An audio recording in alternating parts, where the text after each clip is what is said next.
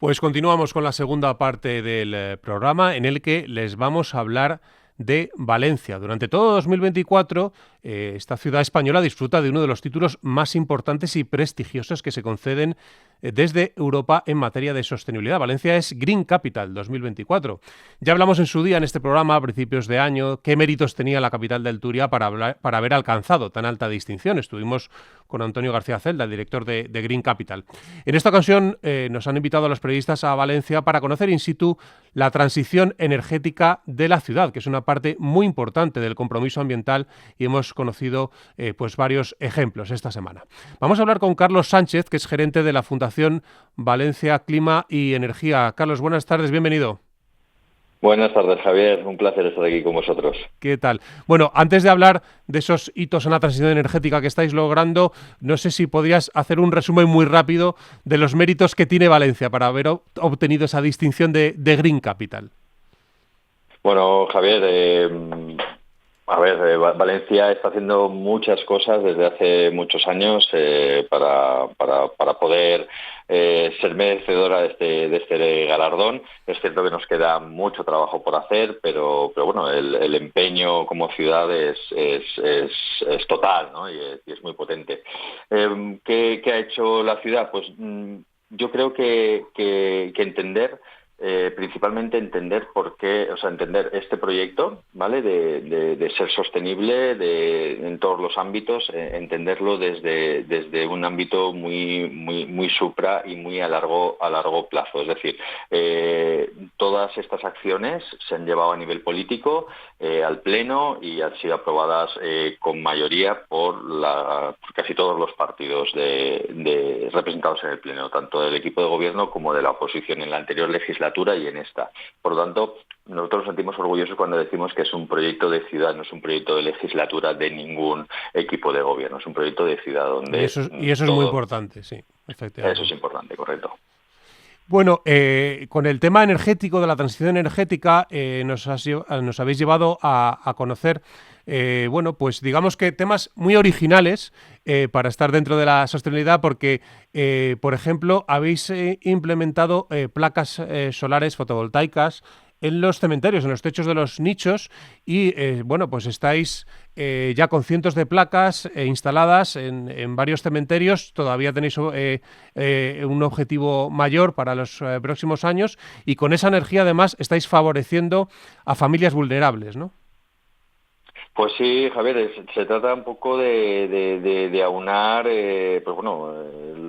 proyectos ya más maduros, como es la instalación de placas solares fotovoltaicas, con soluciones como más innovadoras, más diferenciales y que nos permitan tener más espacios donde actuar, ¿no? Por eso los cementerios eran uno de ellos, ¿no? Unos espacios donde nadie se planteaba hacer grandes cosas, pues bueno, pues hemos tenido esa idea y la estamos replicando. Y en gran medida, pues el qué hacer con esa energía, ¿no? La transición tenemos clarísima que tiene que ser una transición justa y que llegue a todos, y por eso cada acción que hacemos estamos pensando en los más vulnerables, los que no pueden tener acceso a esa energía, pues vamos a trabajarla y se la vamos a ceder de forma gratuita a través de comunidades energéticas locales y de autoconsumos compartidos.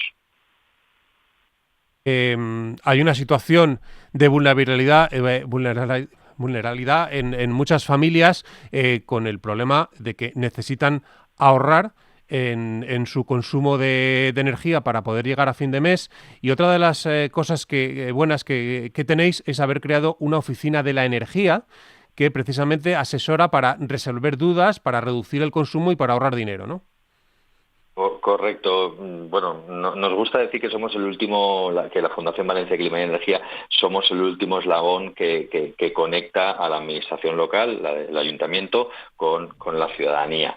Y en ese sentido, como estamos en contacto con ella, pues recibimos pues el feedback, las necesidades, la demanda que tienen las personas de la calle, que no saben de energía, porque ha sido un sector muy muy complejo, muy oscuro en muchos casos, muy difícil, ¿no? Entonces, pues de lo que tratamos es de involucrarlas, de que lo conozcan, de que sean capaces de gestionar, y al igual que en otros ámbitos de su vida, como pues contratar una tarifa de teléfono o cambiarme de compañía telefónica, pues que aprendan y tengan criterio a la hora de enfrentarse al sector energético. Entonces, Claro, una situación importante porque, aparte de esta ventanilla única contra la pobreza energética que habéis creado, nos contabais esta semana que el 20% de la población está en riesgo de pobreza energética, y que, por ejemplo, en los edificios hay mucho que hacer porque el 80% de las viviendas en Valencia son de antes de 1980, con lo cual sí que hay muchas posibilidades de poder tener actuaciones que ahorren dinero a las familias, ¿no? Sí, para nosotros es un reto. Tenemos un parque edificatorio muy antiguo y las condiciones climáticas de Valencia pues no favorecen la rehabilitación energética de vivienda, porque tenemos un clima bastante bueno, pero es cierto que el calor nos está apretando y nos está apretando mucho. Entonces, con pequeños cambios de hábitos, con micromedidas de rehabilitación energética y demás, estamos intentando llegar a quien no se puede permitir, ¿no? esa rehabilitación total. Es importante porque cuando se creó ese concepto de pobreza energética se pensaba en la gente que no podía pagarse la calefacción en invierno y pasaba frío, pero según van pasando los años nos damos cuenta que hay muchísimas más problemas por las olas de calor y porque la gente no puede refrescar sus viviendas con tantos meses de intenso calor que estamos viviendo.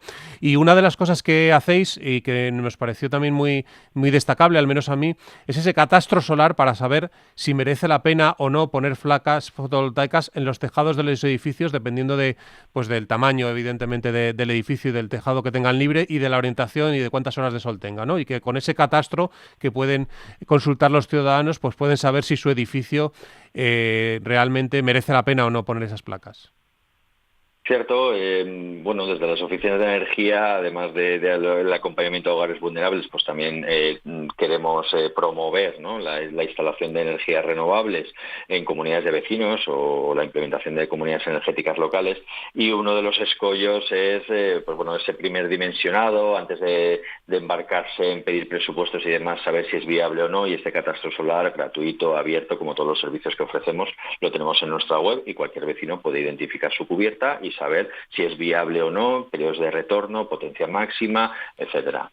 Y otra de las novedades, porque la verdad es que hay muy poquitas asociaciones así en España, es esa asociación de comunidades energéticas de la pedanía de Castellar en Valencia, que es autoconsumo colectivo, ¿no? Asociación privada de inversores que se juntan para comprar placas y que luego la administración pues les pone el techo, ¿no?, en edificios públicos.